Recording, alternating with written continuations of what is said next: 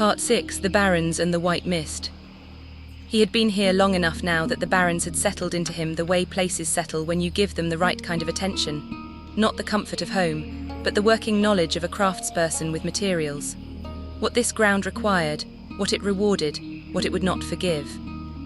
He knew the water sources between the crossroads and the southern approaches. He knew the specific times of day when the quilboar patrols shifted their territories, and the brief windows those shifts created.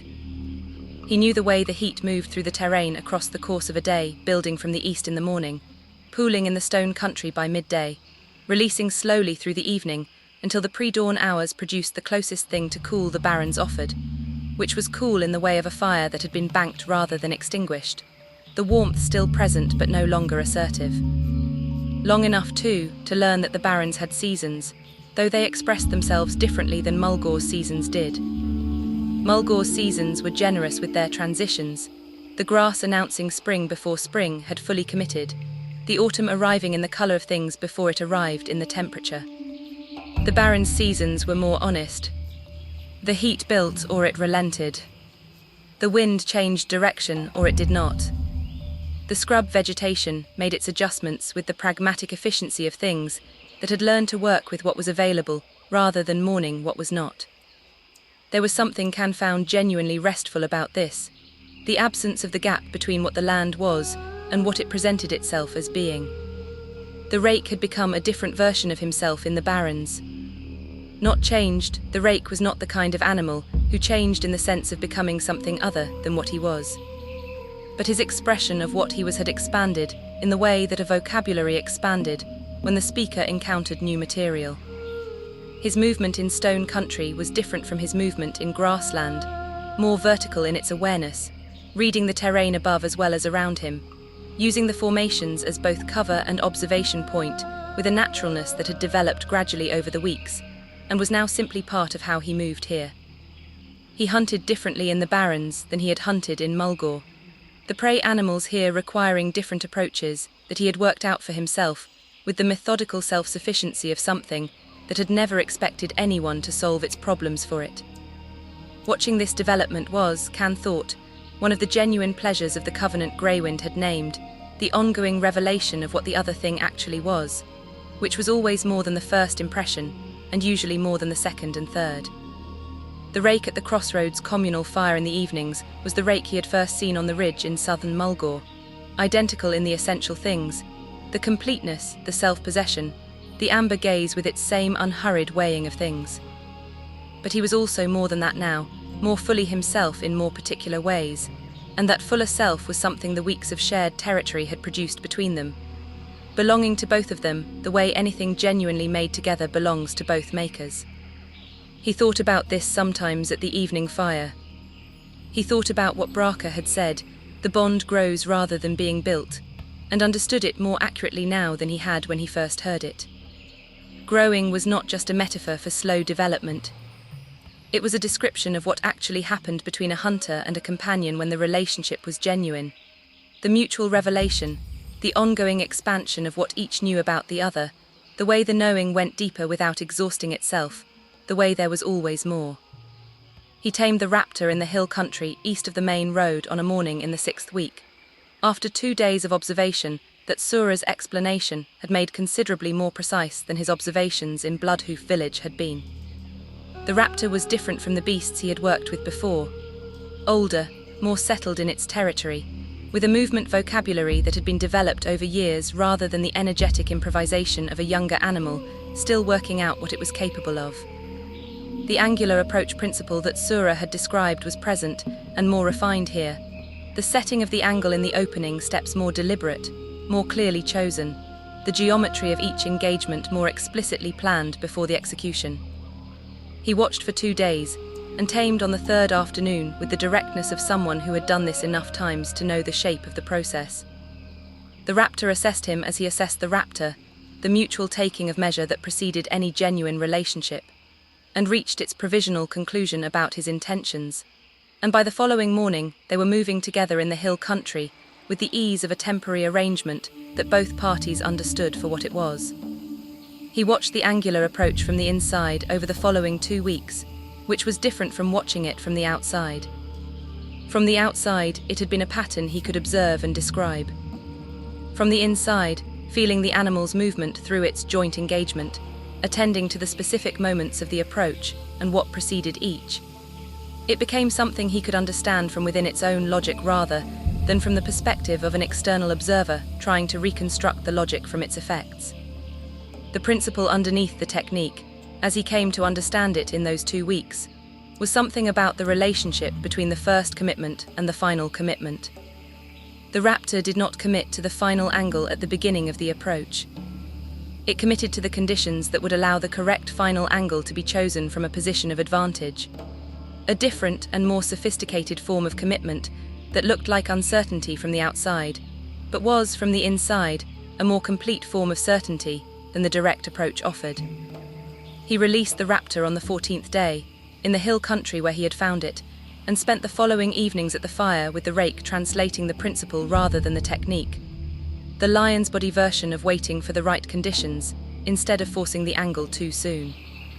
The rake received this in his characteristic way, the period of apparent indifference that was consideration, the absence of any indication that anything was changing, and then the morning when something had changed and was simply present in how he moved, as though it had always belonged to him. The rescue contract appeared on the board on a morning in the 9th week, written in the rapid, uneven hand of someone who had written it under duress. He read it twice. A trading caravan had been attacked by a quilboar raiding party on the eastern approach. 3 members of the caravan had been taken. 2 had been ransomed by the raiding party's leadership within the first day, which was the quilboar's usual commercial approach to captives they considered worth the negotiation. 1 had not been ransomed. A young orc male, 14 years old, travelling with his father's trading operation for the first time. The father was at the crossroads. Can did not need to go looking for him. The father found the fire that evening in the way of people who had run out of places to look, and were checking every remaining possibility, with the focused desperation of someone who had not yet accepted that the possibilities might be exhausted. He was an older orc, broad through the shoulders, carrying the combination of professional competence and personal terror that Can had not previously seen assembled in the same body. He described his son with the precision of someone who had said the same words to everyone he met for 4 days, and had worn the description down to its most useful form. A scar on the right hand from a childhood accident, a specific pattern in the armour, the colour of the pack he carried. Can listened to the description with the complete attention he gave to things that mattered. Then he said, "I have read the contract. I will take it." The father looked at him, at the broken horn and the red eyes and the lion beside him, with the expression of someone deciding very quickly whether to trust an unusual-looking stranger with something irreplaceable. The decision, when it came, was visible in his face. Yes, because there was nothing else to do, and because something about the attention this young hunter was paying him felt like the genuine article. He said, "Bring him back." Can said, "I will try." And then, because honesty was more useful than comfort, "I will do everything I know how to do." He is 4 days gone. The terrain is readable. I am going now. He was gone before the fire had burned another hour. The quilboar holding position was in the canyon country east of the main road, in a configuration that made geographic sense for a group that needed defensibility more than convenience. Can moved toward it with the patient directness of someone who had been reading the Barrens long enough to understand how its terrain organized itself, following the evidence trail with the attention Grak had described as not young. The rake moved with him in the coordinated way they had developed, not commanded, not directed, but oriented toward the same objective through the shared awareness that Swiftstone had taught Can to build and that the weeks of field work had made automatic. The lion read the terrain ahead, and Can read the terrain beside him, and between them nothing significant went unregistered. He found the camp on the 2nd day. He spent the rest of that day learning its layout and the patterns of its population, the shift changes, the patrol routes, the geography of where captives were held and what stood between them and the perimeter. He slept at the edge of the canyon system, that night with the patient composure of someone who had understood from the beginning that rushing produced outcomes inferior to waiting. On the 3rd morning, in the pre-dawn window when the patrol shift created a brief gap, he moved. The boy was where the camp's geography had suggested he would be, in the rear of the central structure, bound but unharmed in the pragmatic way of Quilboar, who understood that undamaged captives were worth more than damaged ones. He was frightened the way someone gets frightened after days of it, past the acute stage now, settled into a steady contained terror that left the mind working even as the body stayed braced. When Can appeared in the doorway, the boy looked at him and opened his mouth, and Can put one finger to his lips, and the boy closed his mouth and looked at Can's eyes, and at the Rake's silent presence behind him, and made his decision. He was quiet and he moved when Can indicated he should move, and he was sensible about pace, fast enough to use the window, controlled enough not to create the sound that would close it. Can had him on the road north before the camp had registered the absence. They travelled through the day and through the following night, the boy managing his exhaustion with the specific determination of someone who understood exactly what following the instructions of the person who had just extracted him from a quilboar camp was worth. He asked no questions. He ate what Can gave him and drank when Can indicated he should drink, and slept for 3 hours when Can told him to sleep, and woke when Can woke him, and continued. On the third day they crossed out of the contested country into the road's ordinary territory, and the danger that had organized every hour finally released its hold, and the boy did not change. Can noticed it the way he noticed terrain. The silence had been correct, the discipline of a boy doing exactly what the situation required, but it had now outlived the situation that required it. They were safe by any assessment the road offered, and the boy still moved like someone inside the camp, eating what was given and watching the grass line, and holding himself in the small contained way of someone who had learned in that camp that smallness was survival. The fear had done what fear did when it stayed too long. It had stopped being a response and become a residence. Can did not know how to address this. It was not terrain, and it was not an animal, and it was not a wound of the kind his mother's instruction covered. So he did the only thing available to him, which was the thing he almost never did. He talked. He told the boy about Tamer. He told him about a girl in Camp Narek, 2 years younger than himself, who had decided at the age of 6 that he was the most interesting person in the settlement, and had informed him of this decision as if reporting the weather. He told him about the fishing, the stillness the river required, and Tamer's complete constitutional inability to produce it. The 6 minutes she could manage before some observation became too urgent to remain contained. The 2 weeks of mornings she had spent attempting stillness and failing with increasing creativity before abandoning the project entirely and coming back every morning anyway. He told him about her questions, the rate of them, the range of them, the way she wanted to understand things rather than merely know them, which was different. The boy listened. He did not respond, but the listening changed quality. Can could read the change the way he read an animal's attention shifting from the flat watchfulness of fear toward something with actual interest inside it. The Rake, walking at Can's left, chose that moment to yawn enormous, unhurried, entirely indifferent to the narrative, and the boy watched the yawn complete itself, and then said, in a voice gone rusty from days of disuse, "Does he let you touch his teeth?" Can considered the question with the seriousness it deserved. "He has never offered," Can said. "I have never asked. We maintain an understanding." The boy nodded slowly, as if this confirmed something important about the ordering of the world. Then the questions began and did not stop. He wanted to know how the lion had been tamed, and whether it had hurt, and what the purr sounded like from directly against the ribs. He wanted to know whether lions dreamed, and if they did, what about? Somewhere in the middle of the dreaming question he said, without transition, in the way children traded information as a form of payment, "I have 2 sisters. They will not believe any of this." Can said they will believe the lion. The lion is difficult to invent.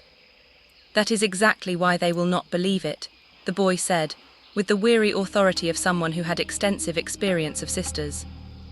"The younger one does not believe anything I say as a matter of principle. She is 4. She bites." He considered her.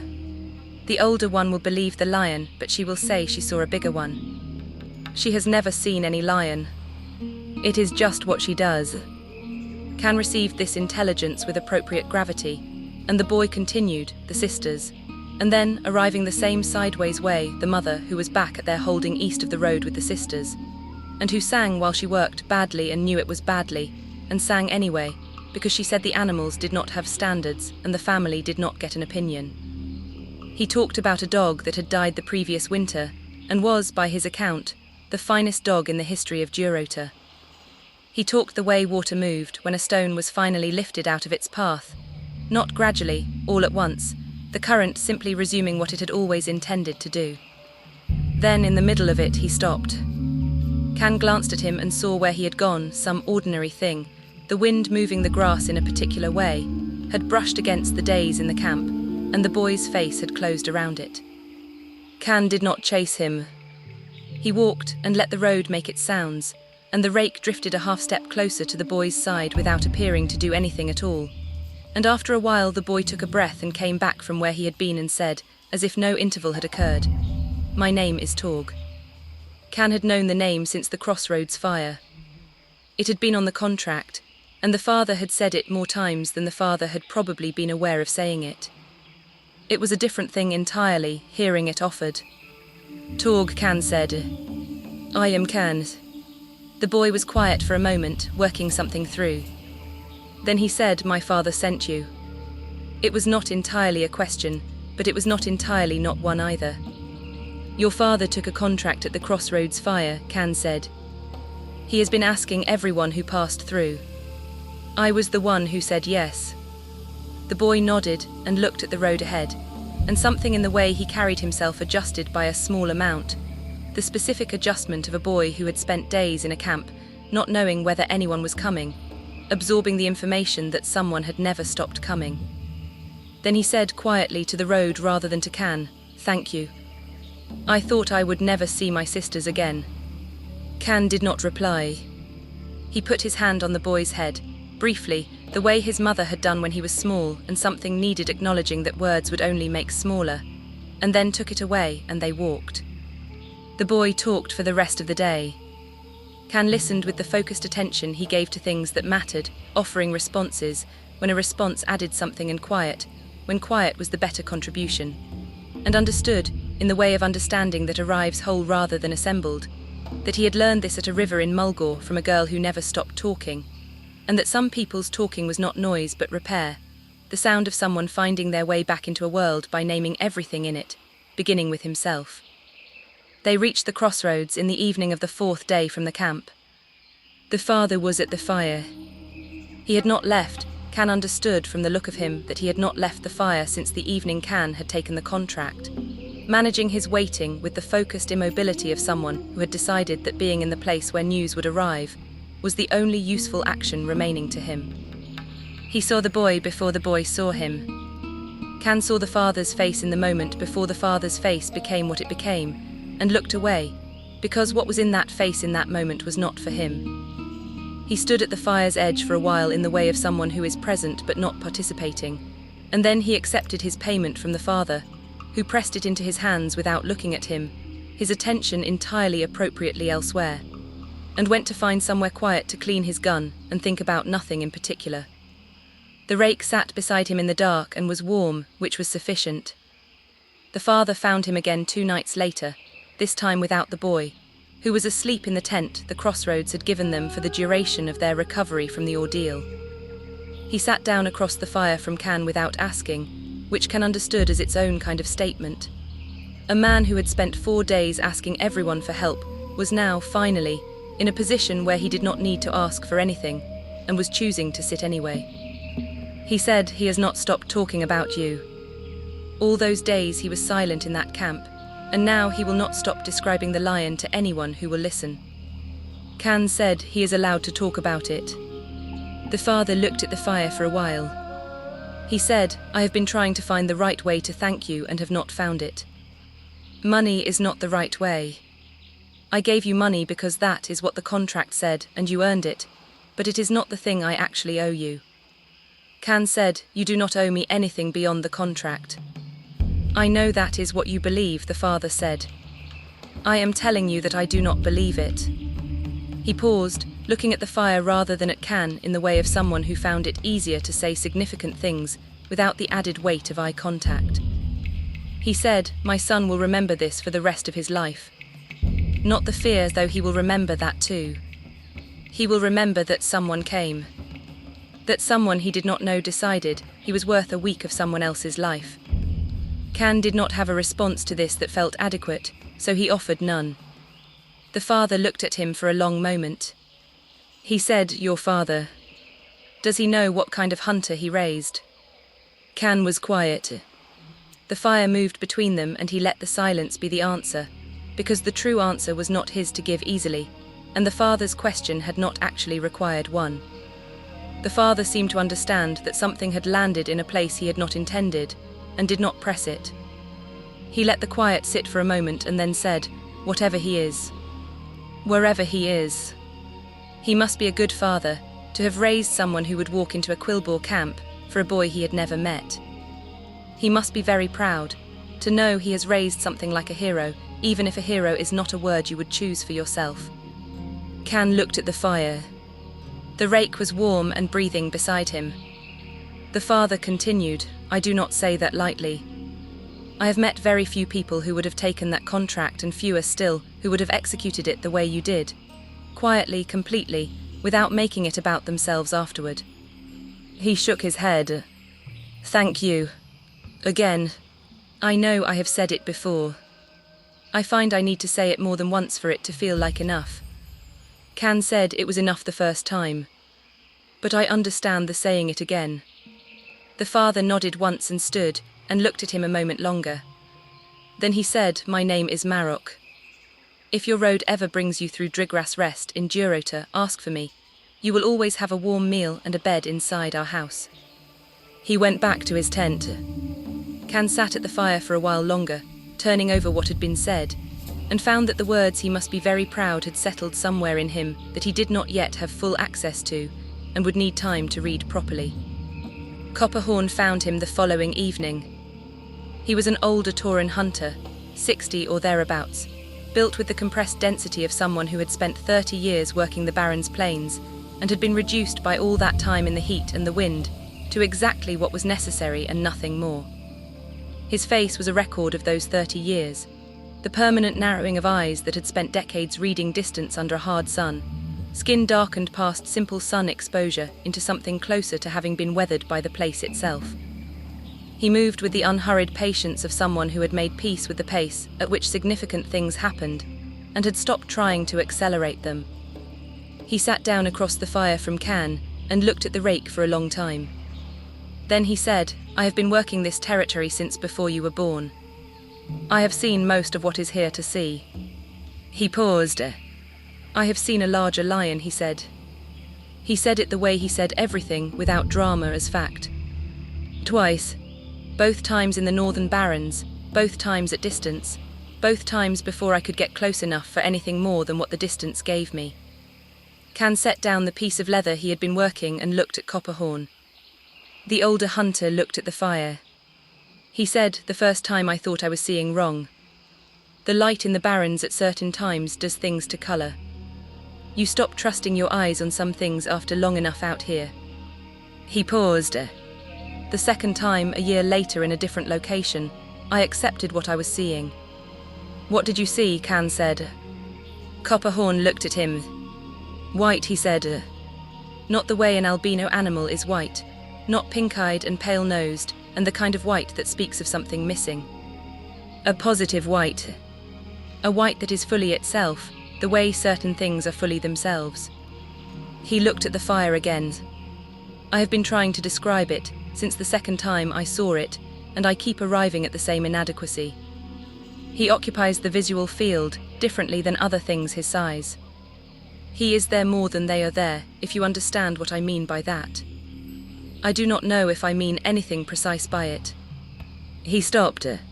Can waited. "3 hunters," Copperhorn continued, "that I know of personally have tried to approach him. The first, he held up a finger, was rebuffed immediately. The lion simply left. No aggression, no alarm. Simply the complete withdrawal of availability. As if the possibility of the approach had been assessed and found not interesting. The second hunter managed to follow him for 2 days before losing the trail. She said afterward that the losing had felt deliberate. That the trail did not simply end, but was ended. He held up a third finger.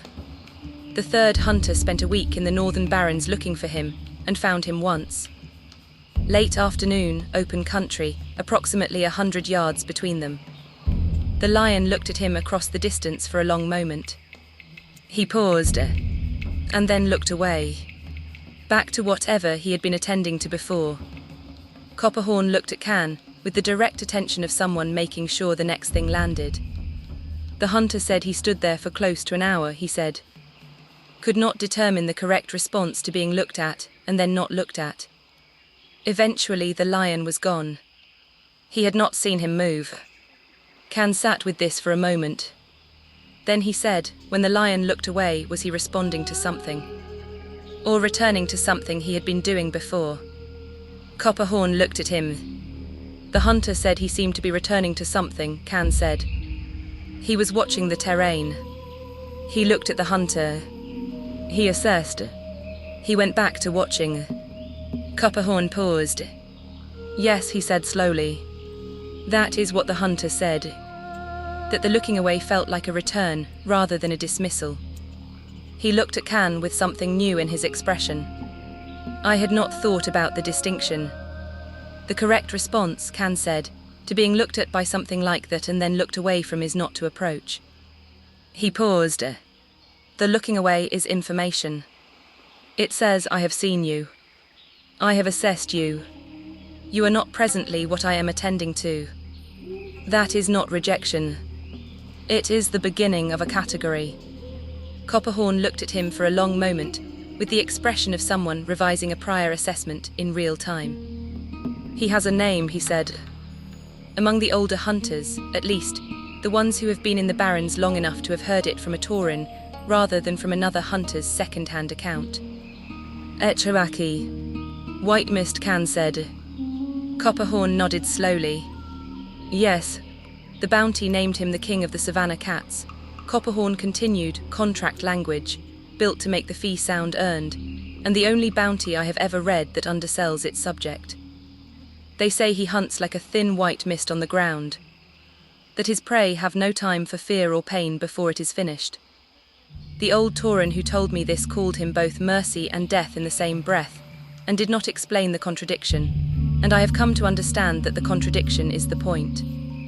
He is not cruel. He is simply complete, in the way that the strongest things are complete. There is no gap in him for cruelty to live in. He looked at Can for a moment. There are those who would pay well to see him dead, Copperhorn said. Surgra Darkthorn has sent a dozen or more after him with that exact instruction, not hunters alone. Warriors, rogues, those who work magic.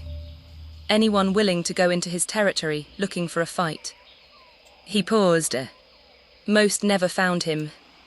A few found him and lived to describe what little the finding gave them.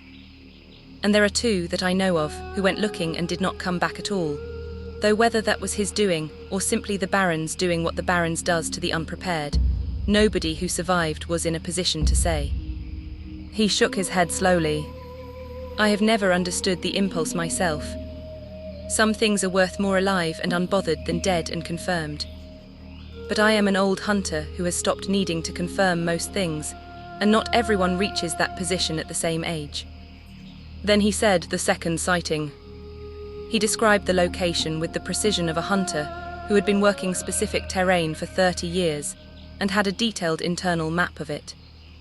Northeast out of the crossroads, he said, on the road that passes Groldham Farm, but the farm is not the destination, only the marker. Behind it stands a small mountain ridge, low enough that the eye crosses it without stopping. Go around to its northern base. There are kodo bones there, old ones, giants, whole skeletons open in the grass, bleached by more seasons than anyone now working this territory can count. Both times I saw him there moving among the bones. White among white, Copperhorn said. He gave the rest the way you gave directions to someone you had decided was worth giving them to. The water source to the northeast of the bones, the direction the prevailing wind preferred in that section of the northern Barrens at that time of year, the hours when the flat light made the ground difficult to read. Can stored every detail, and stored the name alongside it, the way he stored all things that mattered before he understood why they mattered. He asked about Kraz at 4 different fires over the following week, before he found someone who knew the name. The someone was an older orc who had worked the eastern roads out of the crossroads for 15 years, before retiring to a trading operation that kept him moving between settlements without requiring him to sleep in the field anymore. He was sitting at a fire near the northern edge of the crossroads settlement when Can asked, and the name Kraz produced in his expression something like reluctant recognition. The look of a man finding something in memory he would rather not have found. He said, Kraz.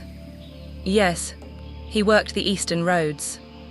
Reliable if you could afford him. The kind of reliable that did not come with questions included, if you understand me. Can said, I understand. The orc looked at him. He said, why are you asking about Kraz? Can said, he travelled east from the crossroads with a Tauran scout approximately 15 years ago. I am trying to find out what happened on that road. The orc fell silent for a moment. Then he said, Kraz disappeared from these roads. Not long after the time you are describing, 12 years ago, perhaps 13. He was working regularly, and then he was not working and nobody knew why. That kind of person does not retire. They continue until they stop. Until they stop, Can said. Yes, the orc said. He looked at the fire. I do not know what happened to him. I am not certain anyone does. He was not the kind of person who left explanations behind him. Can thanked him and filed the information alongside what he already had. His father had left the crossroads with 2 others, including Kraz. Kraz had disappeared from the roads. He was known to work roughly 3 years after that departure. The troll warrior remained unnamed and unknown. He could not conclude anything from this. He could observe that the shape of the disappearances, his father's absence, Kraz's subsequent disappearance from his usual territory, suggested that whatever had happened on the eastern road had happened to more than one of them. Whether this was cause and effect or coincidence, the evidence could not tell him. He did not force the evidence to say what it did not say. He held it with the patience he held all things that were not yet ready to be understood. He moved to the northern Barrens a week later, following the directions Copperhorn had given him with the careful attention of someone reconstructing a map from spoken coordinates. The northern Barrens was different from the crossroads country, more open in some places, more broken by stone formations in others, the flat ochre immensity of the central plains giving way to terrain that was more varied and therefore more interesting to read. He spent the first 2 days learning the territory. Not looking for the lion, learning the territory, which was different. The water sources, the movement corridors, the specific populations of prey animals, and where they concentrated at different times of day, and what that implied about where a large predator would position himself for the most efficient access. He was building the context before he looked for the subject, which was the approach that had worked on the ridge in southern Mulgore, and which he had never found reason to revise. The Rake moved with him through this reconnaissance with the same working patience he brought to everything, reading the new territory with the amber-eyed thoroughness of an animal updating his understanding of a new area.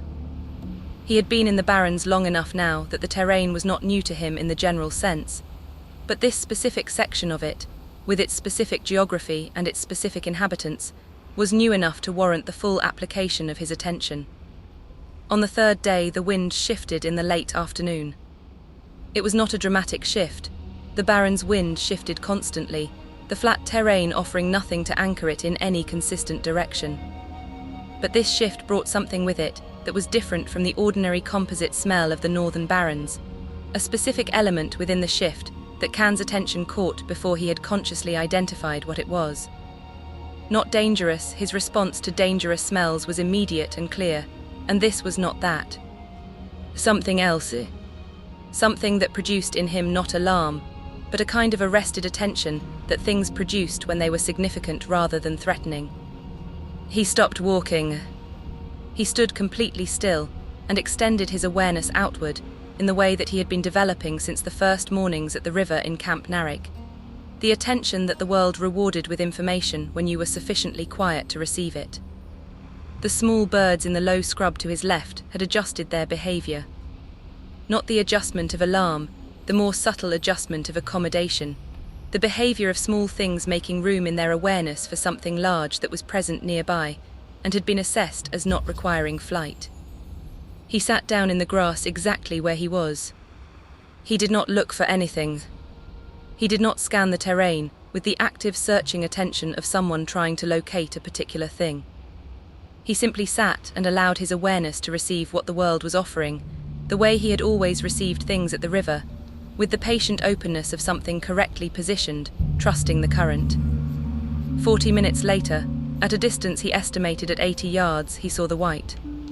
It was not a glimpse. It was not a flash of movement caught at the edge of vision and then gone. It was sustained and deliberate visibility, the animal moving at his characteristic unhurried pace across an open section of terrain between two scrub formations, crossing from one to the other as if it had decided to be seen rather than something that had failed to conceal itself. Even at 80 yards, the white was not what Can had expected, and he had tried to prepare himself for it from Copperhorn's description. The description had been accurate. It was a positive white, a white that was fully itself rather than the absence of colour. But the accuracy of the description had not prepared him for the experience of the thing itself. He occupied the visual field differently. Copperhorn had said this and had immediately qualified it as imprecise, but standing in the Barrens looking at the white lion at 80 yards, Can understood that imprecision was the closest available approach to what was actually happening.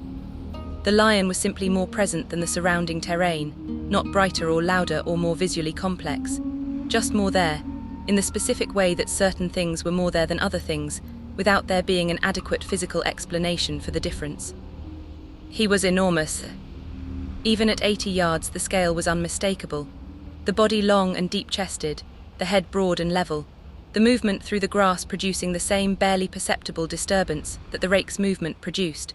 The silence of something that had been moving silently for so long the silence was structural rather than practiced.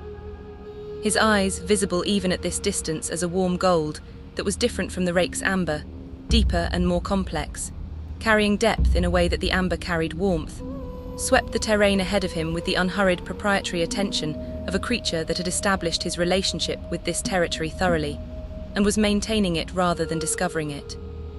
He crossed the open section and entered the far scrub formation and was gone. Can sat where he was for a long time after. Then he made camp where he sat, because the day was ending and the position felt correct, and there was no better reason to be anywhere else.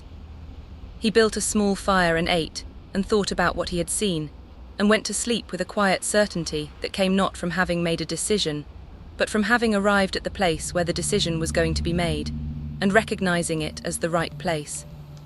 He spent 4 days learning the lion's patterns before the lion appeared again. He moved through the northern Barrens with the deliberate observational method he had developed across months of field work, not looking for the lion but reading the territory the lion inhabited, learning its grammar before attempting to speak it. The water sources and what they told him about movement timing. The prey animal concentrations and what they implied about hunting patterns. The specific wind channels created by the terrain's irregularities, and which of them would carry his scent toward the areas the lion's movement had suggested, were likely positions. On the 5th day he chose his position, a slight rise in the ground that was not dramatic enough to be a landmark, but was elevated enough to provide a clear view of the surrounding terrain. Downwind of the direction, the lion's observed patterns suggested he was most likely to approach from, in an open area where his presence would be clearly visible from any approach, the kodo bones pale in the middle distance. He sat down and became still. He did not perform stillness. He was still. The rake settled beside him. The rake had been beside him through all of this, his presence so established now that his absence would have been more remarkable, and looked at the northern Barrens with the amber-eyed patience of an animal that had learned that waiting was not the opposite of action, but a form of it. ASHWALLOW came at midday of the 2nd day of sitting. He did not appear suddenly. He materialized. This was the word Can arrived at afterward, the word that was least inadequate. He was not there, and then he was there. Having organized himself out of the ochre and tan of the Barrens, terrain the way certain things organized themselves out of the visual field, when you had been looking at them long enough without seeing them. He was perhaps 60 yards away when Can first identified him, moving at the same unhurried pace Can had seen at 80 yards, and this time the direction was toward rather than across. He stopped 30 yards away. The distance between them was the distance that chose itself, the distance at which full mutual visibility was possible, and everything that needed to be read could be read without the proximity that changed what was being read. Can could see him clearly, the white coat carrying the afternoon light with the luminous not-quite reflection that Copperhorn had tried and failed to describe, the broad level face, the gold eyes holding him with the complete and unhurried attention of something that had decided to look at him and was giving the looking everything it had. Neither moved. The world was quiet around them in the way that the world went quiet when something significant was happening in it. Not absent of sound, but organized around the silence at the center, the small birds accommodating, the wind behaving itself, the Barrens choosing for once to be a witness rather than a participant. Can looked at the gold eyes. Then he looked away, not dropping his gaze to the ground in the posture of submission, not turning his head away in avoidance or disinterest. A deliberate lateral movement of his attention to the middle distance beyond the lion, the terrain, the scrub, the pale horizon that said, in the language available to this conversation, "I see you. I am not overwhelmed by you. I am not trying to take anything from what you are. I am here as you are here, and I acknowledge what you have done by being here in this way, and I receive it without making demands of it." The silence after he looked away had a different character than the silence before. He heard, at a distance he estimated at 20 yards, which was 10 yards closer than the lion had been standing, the sound of something large and unhurried settling into the grass. He did not look back. He kept his attention in the middle distance, present in his body, breathing slowly, and waited. The Rake to his left was completely still. After a time, a cloud passing across the Barren's sun, the light changing and returning, the shadows shifting in their slow progression, Can felt the space to his right change. He noticed the ground first. A thin pale haze seemed to be moving low across the grass at the very edge of his vision, the kind of low ground mist that the Barrens did not produce, and that his mind, in the half-second before understanding caught up with perception, tried to file as weather. He was still adjusting his eyes to the cloud's passing shadow when the haze resolved into something that was not weather at all. The white lion was simply there, 6 feet to his right, sitting in the grass looking at the same horizon Can was looking at, his gold eyes on the pale distance. Can understood in that moment and many times afterward why the Tauren had given him the name they had given him. He did not arrive. He was simply, suddenly, the thing the mist had been. His presence at that distance had a quality that was different from the Rake's presence at a similar distance, different not in degree but in kind.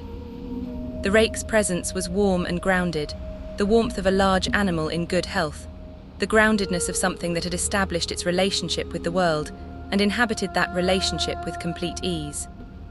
Etchiaki's presence was different, the warmth was there, but what it communicated above everything else was complete immediacy, a being entirely in this single moment, rather than in any relationship with past or future moments, something that had never developed the habit of being anywhere other than exactly here. They sat together in the afternoon light. The Rake looked at Etchiaki once, a measured, level assessment, and then looked back at the horizon. Etchiaki did not look at the Rake at all, which was its own statement. The three of them sat in the grass in the northern Barrens, and the afternoon moved through its changes, and none of them required anything of the moment, except what it was. It happened on the 3rd day of the sitting together, not the 14 mornings distance keeping that the Rake had required, but a different and faster kind of testing, because Etchiaki was not the Rake and did not test in the same rhythm. Can was utterly still, his attention in the middle distance as he had trained himself to hold it, when the air beside him changed. He did not see Etchiaki move. He had stopped expecting to by the 3rd day. The white lion did not cross distance so much as dissolve it, present in one place, and then present in another with the same effect the low mist had shown him on the afternoon they first sat together, the appearing rather than the arriving. but he felt the closing of distance the way you felt weather changing before any visible cause, and when his attention found the source, Etchaki was no longer 6 feet away. He was close enough that Can could feel the heat of him. The gold eyes were level with his own, close enough now that there was no longer any question of looking up or down, only across, and there was nothing in them that Can could call gentle. Etchaki's mouth opened, and the roar that came out of him was not large in the way that large animals were large. It was close, contained, delivered at a range that made it less a sound and more a physical event, something that moved through Can's chest rather than simply arriving at his ears. The paw came a half-second later. It moved with the same dissolving motion, not a strike that travelled and could be tracked, but something that was simply, suddenly present in a new position, now 3 inches from the side of Can's throat, claws unsheathed, close enough that he felt the displaced air against his skin. It stopped there. It did not arrive. It stopped exactly short of arriving, with the same precision the Rake had shown taking the back of a planestrider's neck. The predator's total command over exactly how much force reached its destination. Can felt the Rake move before he saw him, a blur of tawny motion coming up from his left, the specific decisive launch of an animal whose covenant included exactly this circumstance, the lion translating Can's danger into his own immediate and complete response. Can raised his hand. It was not a large gesture. It was the same flat-palmed stillness he had used on every threshold the road had given him, the gesture that had worked across every species and every language barrier that had required it, and he gave it to the Rake now with the full conviction he had never needed to summon for it before. Not yet. Not this. Stay. The Rake stopped. He stopped mid-motion in a way that should not have been physically possible for something moving at that speed, and Can understood, in the part of his mind that was still working despite the claws 3 inches from his neck, that this was its own kind of answer to a question he had never thought to ask. What the Rake's trust in him actually cost, when the asking was this expensive. Can did not look at the Rake. He did not look at the paws. He kept his eyes on Etchaki's gold ones, and he did not move, and he did not flinch, and he let the absence of either thing be the entire content of what he communicated. He was not performing courage. He understood with total clarity that performing it would have been its own kind of flinch, a managed response rather than a true one, and that Etchaki, whatever else he was not an animal that could be deceived by management. So he simply did not move. He breathed. He held the gold eyes. He let several seconds pass that felt considerably longer than several seconds, and he did not give Etchaki anything except the plain fact of himself, unguarded and unafraid, in the exact position the white lion had chosen to test it. The paw withdrew with the same dissolving motion with which it had arrived. Etchaki's roar did not repeat. The gold eyes held Can's a moment longer, and Can understood later, turning it over at the fire, that this final look had been the actual assessment, the roar and the paw having only been the conditions under which the assessment could be honestly made. And then the white lion stepped back to his original distance and settled into the grass as if nothing whatsoever had occurred. Can lowered his hand. The Rake, released from the held position, came to stand at Can's side rather than returning to his prior distance, his amber eyes on Etchaki with a new and careful attention. Can sat with his pulse, working through what his body had correctly identified as genuine danger, and his mind already beginning the work of understanding what had actually happened. Not an attack. A test of the only kind that could not be faked, proximity to real harm, offered honestly, observed for what it produced in the thing being tested. He had not earned trust by surviving the test. He understood this distinction with the same clarity he had felt everything else about this. He had earned it by being in the moment of the test, exactly what he had been in every other moment, since the wind had first carried Etchaki's presence to him. Present, unmanaged, unafraid in the specific honest way that could not be produced by trying to be unafraid. Etchaki had needed to know whether the stillness Can brought to ordinary moments was also available to him in a moment that was not ordinary. It was. The weeks that followed were an education of a particular kind, the kind that arrived through sustained proximity rather than through instruction, the way certain understandings were only available from the inside of the thing rather than from any external observation of it. Etchiaki was large, larger than the Rake, larger than any cat Can had seen or had described to him, carrying the deep-chested mass and the power that made Surgra's bounty language, the king of the savannah cats, read less like flourish and more like measurement. Can watched him take a planestrider off its feet in the first week with a single strike of one white paw, the force of it settling the question before the question had finished being asked. And yet the size was not the extraordinary thing, and neither was the strength. Etchiaki's movement was the most extraordinary thing about him, and Can studied it with the same dedicated attention he had brought to the raptor's angular approach and the Rake's hunt on the ridge. The phenomenon that Greywind had described for Broken Tooth's paw, the absence of the motion between positions, was present in Etchiaki but distributed differently, not concentrated in a single strike, but dispersed through his entire body in motion. There was no between for him. Not in the paw, not in the whole body. The stillness simply became the movement without any transitional state that could be identified as the transition. It was not that he was fast. It was that the architecture of his movement had a different relationship with time than the movement of other things. This was what Can worked to understand across those weeks, not the surface phenomenon but the architecture beneath it.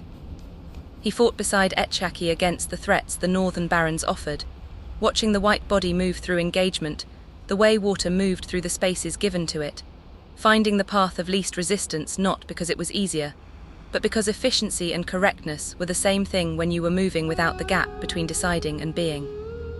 He communicated what he understood to the Rake in the evenings, and the Rake considered it in his characteristic way and produced his own version of the principle, different from Etchiaki's expression of it, the lion's body version, which was informed by the understanding but shaped by his own particular nature, so that what emerged was not an imitation but a development.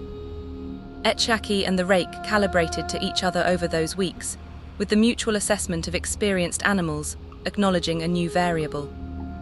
There was no conflict, nothing so crude as conflict entered into it. There was the period of thorough mutual assessment, each animal learning the other's specific way of being present in shared space, and then there was the arrangement that emerged from the assessment. White lion to Can's right, tawny lion to his left, the space between them shared with the ease of things that had each decided the other was worth the space. It felt, Can thought, like a completed sentence.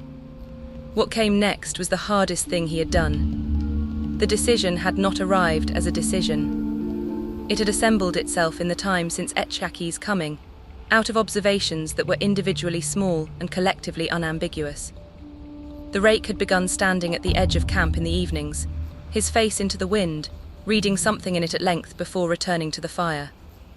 His completeness, the quality that had made him what he was on that first morning, the settled authority of a thing that had established its place in the order of the world, sat differently now, in territory that was not his.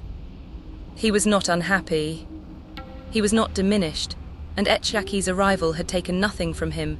The two cats had made their arrangement across those first weeks and maintained it without friction. But Can had spent months learning to read this particular animal, and what he read now was an orientation. The Rake was an animal whose wholeness was built of a place. He had left the place to walk beside Can, and the walking had given everything it had to give in both directions. The hunt read from the ridge, the coordination Swiftstone's teaching had built between them, the months of road that had made Can into someone the white lion would later find worth sitting beside. To keep him past this point would be to turn a thing freely given into a thing held, and everything of value between them had come from the freedom. So he would take him home. He spent a week preparing for it, not emotionally, not in the sense of steeling himself, but in the practical way of someone who understood that the thing needed to be done correctly, and that correctness in this case meant completeness.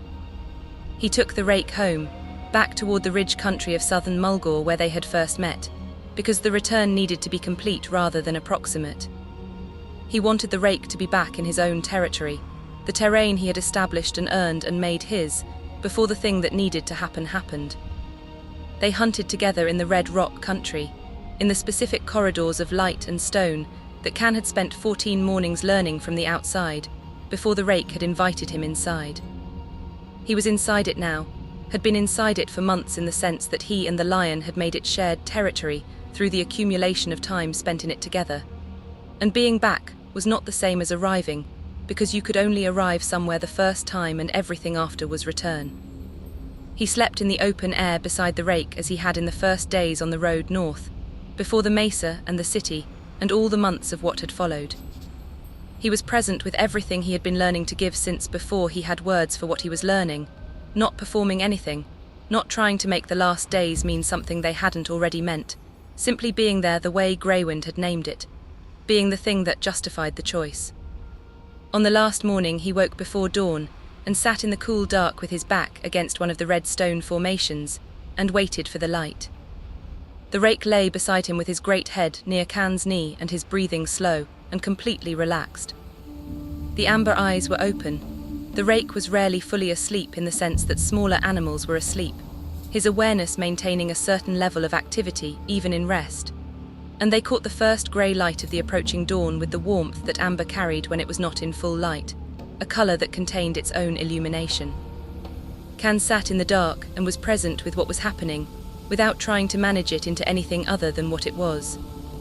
The Rake had chosen to be here, had made a free and complete decision, on his ridge in the red rock country of southern Mulgore, that the road north was worth walking, and that the young hunter sitting in the grass below the ridge was worth walking it with. That choosing had been entirely the Rake's. The months that followed had been the daily work of remaining what the lion had decided was worth choosing, and that work had been its own form of education, its own form of becoming. He spoke once into the dark, not because the Rake required words, but because Can found in this moment that he required the saying of them more than the lion required the hearing. He said, "You did not have to choose me. You understand that I know this. You chose anyway, on a morning that owed me nothing, and you have been choosing every day since, and I do not have a way to weigh what that is worth that feels adequate to the weighing." He paused. "I am giving you back what was always yours. I am not taking anything when I do this. I want you to know I understand the difference." The Rake's ear shifted slightly toward him, the only sign that the words had registered as something rather than simply as sound, and then settled again, and the breathing continued its slow, even rhythm, and the dark held both of them without needing anything further from either. It was complete. Not finished, the word finished implied an ending that this was not. Complete in the sense that a thing grown to its natural fullness was complete.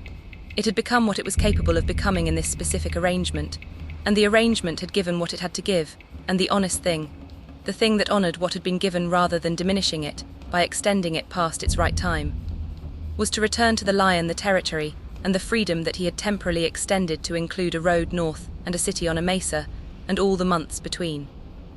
When the light was sufficient, he sat for a while longer simply looking at the lion in the morning light. Then he did what needed to be done, not with words, because the language available to them was not words, but with his hands briefly in the deep warmth of the tawny coat, and with his attention, and with the look that meant what it meant in the vocabulary they had built together across months of daily presence. The Rake looked at him for a moment with the amber eyes. Then he stood and stretched, the full, unhurried, complete stretch of an animal that had slept well, and walked north along the ridge. He did not look back. This was not coldness. Can understood this immediately and completely, with the understanding that came from knowing an animal in particular rather than generally. The Rake did not look back, because looking back was a gesture of incompletion, the behaviour of something that was uncertain about what it was leaving or uncertain about where it was going, and the Rake was uncertain about neither. He was returning to what he was, which had always been here, and the returning was a form of wholeness rather than a form of leaving. Can watched him until the tawny coat moved through the morning light, and disappeared among the red stone formations and was gone. He sat on the ridge for a long time after. Not processing, he was not someone who needed to actively process things, who needed to work through what he felt in order to arrive at an understanding of it. He simply sat with what was present, which was a kind of grief that was also a kind of gratitude and a kind of pride, and a kind of something that had no adequate name and did not require one. Then he stood and shouldered his pack, and walked back toward where Etchaki was waiting in the grass of the northern Barrens, with his gold eyes on the horizon. He went back to the crossroads before turning west. The crossroads had given him pieces of the farther search across the months he'd worked its contracts, and leaving without closing that particular door felt wrong. The settlement registered Etchaki's arrival, not all at once, but in a spreading wave, conversation arresting itself in small radius after small radius as the white lion came into view beside Can on the main road. Grak stopped mid-sentence with a trader he had been addressing and simply looked first at the white lion, and then, in the manner of someone whose eye had gone looking for a tawny shape, it was accustomed to finding and understood the absence at the same moment as the arrival, at Can. Two of the regular hunters at the notice board went still in the specific way of people, recalibrating something they had assumed was settled. Copperhorn found him within the hour, moving with more urgency than Can had previously seen from him. He stopped a careful distance away and looked at Etchaki for a long time without speaking. Then he said, "I described him to you. From 100 yards. Twice in 30 years. Yes," Can said. Copperhorn looked at the white lion's gold eyes, which were regarding him with the same unhurried completeness they regarded everything. He said, "I do not know what a man says to this. I have been trying to think of something on the walk over, and have arrived at nothing adequate." "You do not need to say anything," Can said. Copperhorn was quiet for a while longer. Then he said the old Tauren was right. Mercy and death. I can see both in him, without either one cancelling the other out. He looked at Can. "You understand what you are walking beside." "I am still learning it," Can said. "I do not think the learning finishes." Surgra Darkthorn came to the fire that evening. Can had not sought her out, but word of the white lion's presence had clearly reached her, and she arrived with the particular controlled curiosity of someone whose business involved a creature now standing 20 feet from her in a settlement she controlled. She looked at Etchaki for a long moment with an expression Can could not fully place, something that contained both the professional assessment of a person who had sent bounty hunters after this exact animal, and something else underneath it that looked, if Can was reading it correctly, like relief. She said eventually to no one in particular, "Good. He found someone instead of something." Then she walked to the notice board and took the bounty down with her own hands. The contract that had outlasted a dozen attempts and 2 hunters who had never come back, folded it once, and put it away inside her jacket, in the manner of someone retiring a thing whose purpose had not been fulfilled, but had nonetheless ended. She did not explain any of it, and Can did not ask her to. Some things he was learning did not require explanation to be understood. He stayed one more night at the crossroads fire, and in the morning he gathered Etchaki with a look rather than a word, and turned west, and the road went on being the road, and the white lion moved beside him the way he moved through everything without the between, and the Barrens behind them held its own version of the story now. One more piece of what the territory remembered about the things that had walked through it. From the thoughts of Can ASHWALLOW. The Rake is on his ridge. I know this the way I know reliable things, not because I can see it, but because it is where he belongs, and he is an animal who finds where he belongs and inhabits it completely.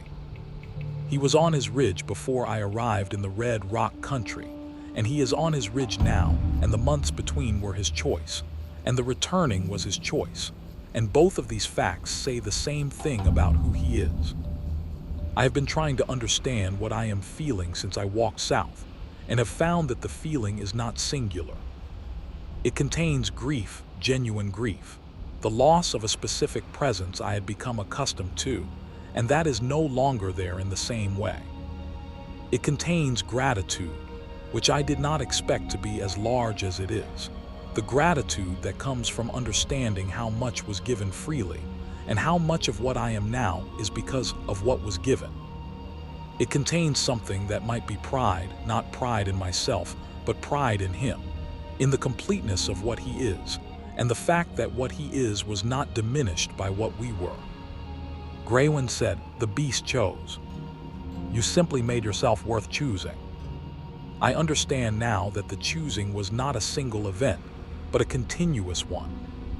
He chose on the ridge, and he chose every morning after that, and he chose to walk beside me to Thunder Bluff and through the Barrens and back again to the ridge country, and then he chose to return. All of these were choosing. The returning was not the end of the choosing. It was the last choosing, and it was as freely and completely made as the first. ASHWALLOW is a different thing from the Rake in ways I am still mapping. The Rake was warmth and ground, and the authority of something that has established its place in the order of things. ASHWALLOW is presence and immediacy, and the fact of something that has never been anywhere other than exactly here. Both of these things have chosen me, and I do not know what that means in any complete sense, but I notice that it is two very different kinds of choosing, and that both of them tell me something different about what I might be. On the road back from the quilboar camp, I did a thing I almost never do. The boy, Torg, had carried his silence out past the danger that required it, and I could see the fear settling into him the way fear settles when no one interrupts it, and I did not know how to interrupt it. So I talked. I told him about Tama and the river, and the 2 weeks she spent failing at stillness, and I heard my own voice going on at a length it does not go, and I noticed that I did not mind. He asked about the lion's teeth, and then he did not stop talking until the crossroads. I have spent my life understanding that my quiet is not an absence. I understand now that talking can also not be an absence, that it was the correct tool for that road, the way stillness is the correct tool for other things, and that I had been carrying it all along without knowing I owned it. Tama taught me that. She was teaching me that for 11 years. I only heard the lesson when I gave it to someone else. The orc with the red scar, Kraz, disappeared from the eastern roads roughly 12 years ago. My father disappeared 15 years ago, heading east with Kraz among others. The gap between those disappearances is 3 years. I do not know what happened in those 3 years. I do not know if the disappearances are connected, or if they are separate events on the same road. I hold this with the patience. I hold all things that are not yet ready to be understood. The troll warrior whose name I do not have. The road east from the crossroads. These things are waiting. I will get to them. Marok said my father must be very proud. He said it not knowing that the father he was describing is a question rather than a fact.